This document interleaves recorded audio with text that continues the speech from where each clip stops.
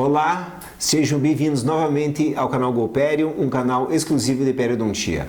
Hoje nós vamos conversar sobre a incisão mais importante nos procedimentos de recobrimento radicular, que é aquela primeira incisão papilar. Novamente, bem-vindo ao Golperium.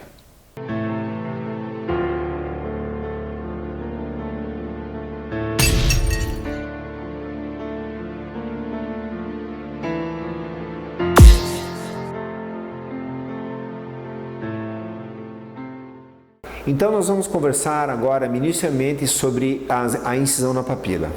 Eu sei que para periodontistas, quando nós assim de formação base da periodontia, nós vemos novas técnicas e a gente entende automaticamente o que está sendo feito. Entretanto, esse canal é feito para aquelas pessoas que não têm a base de periodontia, escolheram outras especializações e querem angariar mais a área da mucogengival para a sua clínica prática. Você vai ver inúmeras incisões na literatura, você acaba fazendo cursos em que se ensinam uma técnica como se resolvesse todos os casos. Nesse caso, eu vou mostrar uma técnica clássica para quem está iniciando o recobrimento, você vai ter uma previsibilidade clínica melhor.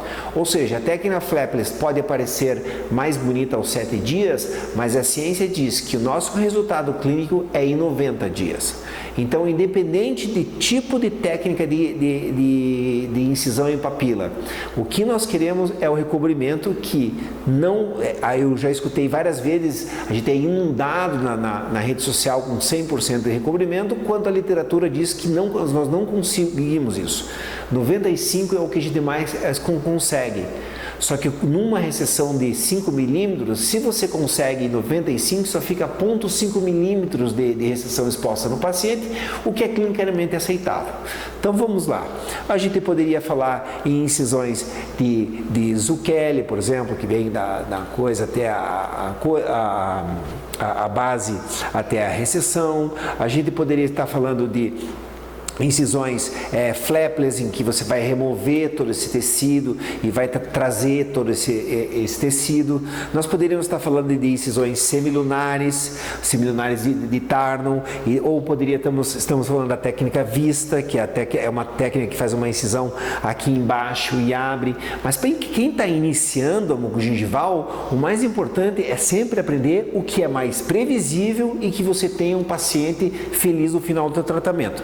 Então vamos lá, simples assim, tá? As tuas papilas, elas têm que ter absolutamente, em todos os casos, preenchidos, tá? Vamos começar por assim, nos próximos vídeos a gente pode expandir.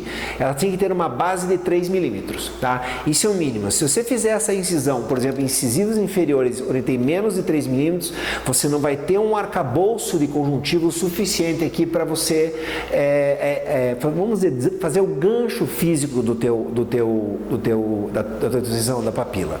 Então, o que eu faço? Eu vou apagar aqui para vocês.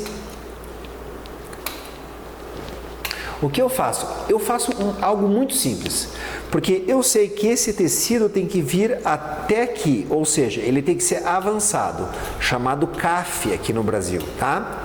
Então, se essa incisão aqui, vamos dizer, tem 4 milímetros, eu tenho que iniciar essa incisão 6 milímetros, nesse nível.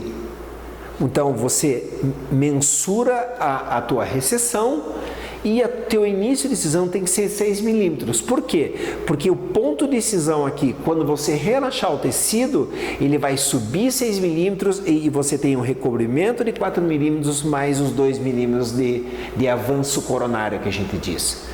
E depois se torna muito simples. Nesse caso, aqui como a gente não tem uma régua a mensurar, você vai fazer uma incisão que você pode fazer ela reta, tá? Sempre obedecendo a regra onde que você está a 3 milímetros. Se você não tiver 3 milímetros, pode ir mais apical, certo?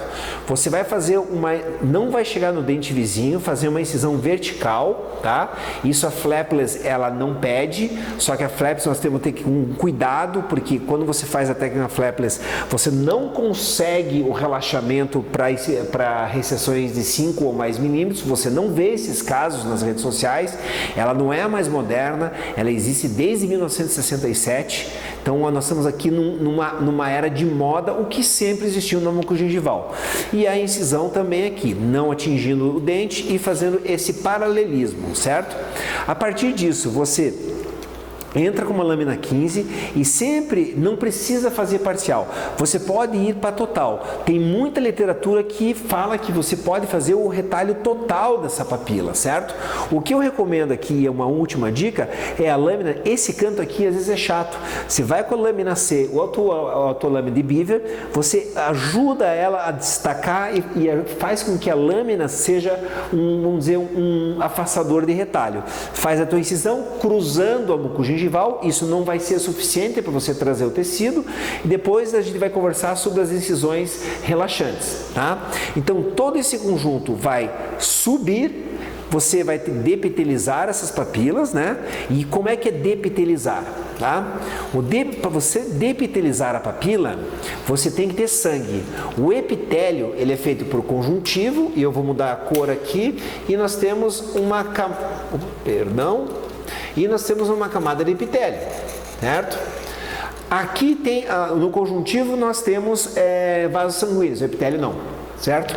Então você pode usar tanto uma lâmina 15C, você pode usar uma lâmina 12D, você pode usar brocas diamantadas. Eu costumo usar nos cantinhos, ou eu já vi até alguns cortadores para isso, tá? Você pode utilizar o que quiser, mas tem que ter pontos de sangramento. E aí vem meu questionamento da técnica de depitelização preconizada por um livro clássico agora de mucogengival. Quando você olha quando o conjuntivo é removido do palato e essas pessoas fazem a depitelização fora da boca, você vê que eles estão sempre brancos, eles não têm vascularização, ou seja, o corte não fica perfeito, e essa parte que a gente chama de as ondulações da camada basal ficam no enxerto, isso é prejudicial. Então nós vamos conversar também e comparar a técnica clássica de tirar o conjuntivo, que não tem diferença o conjuntivo do periósteo com o epitélio, isso é história, não tem, tá? Então a gente vai começar a construir um caso para vocês terem um caso muito previsível em recobrimento radicular. Espero que tenha ajudado a vocês nos princípios da incisão papilar, e nos vemos na próxima semana. Muito obrigado, Golpério.